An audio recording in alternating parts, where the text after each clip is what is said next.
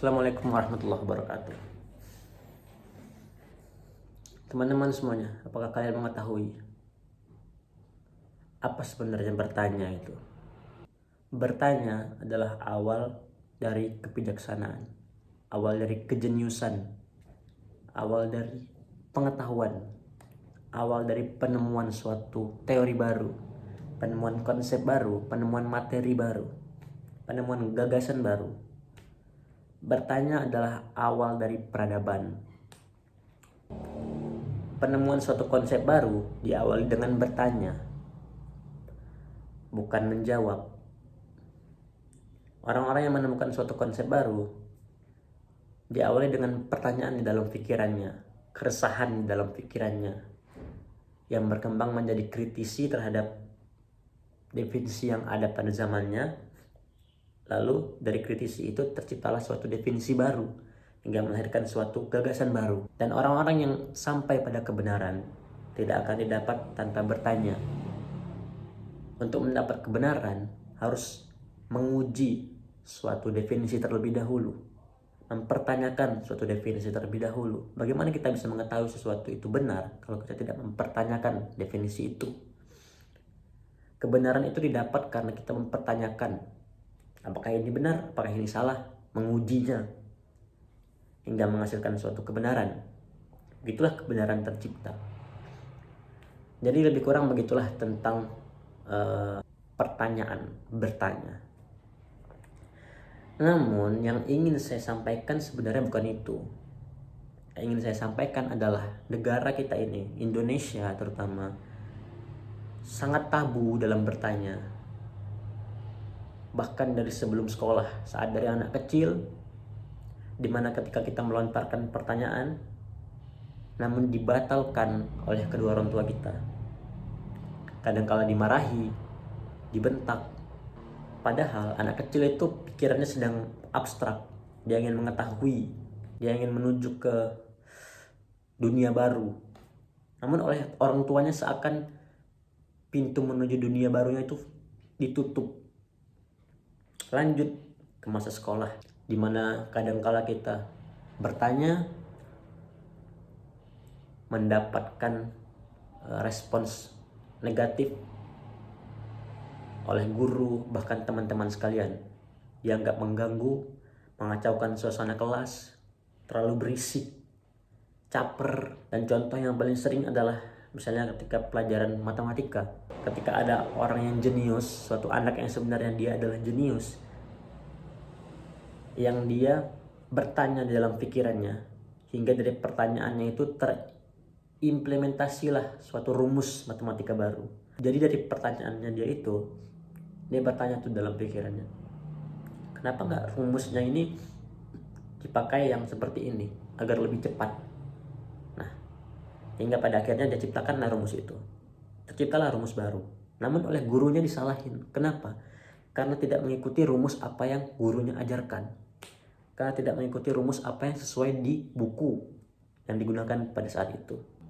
Dan seterusnya, dia tidak akan bertanya lagi. Dia trauma oleh teman sekelasnya karena dianggap berisik, caper, dan dia juga trauma oleh gurunya karena disalahin. Dan akhirnya dia harus mengikuti standar-standar yang biasa saja yang ditetapkan oleh pendidikan saat itu. Bagaimana orang bisa menjadi luar biasa ketika dia melakukan hal yang biasa-biasa saja di lingkungan yang lebih besar, lingkungan sosial, di mana seringkali orang yang mempertanyakan suatu hal-hal yang dianggap lazim, seperti mempertanyakan tradisi, mempertanyakan agama, doktrin agama, itu kadang-kala dianggap sesat, dianggap menyimpang.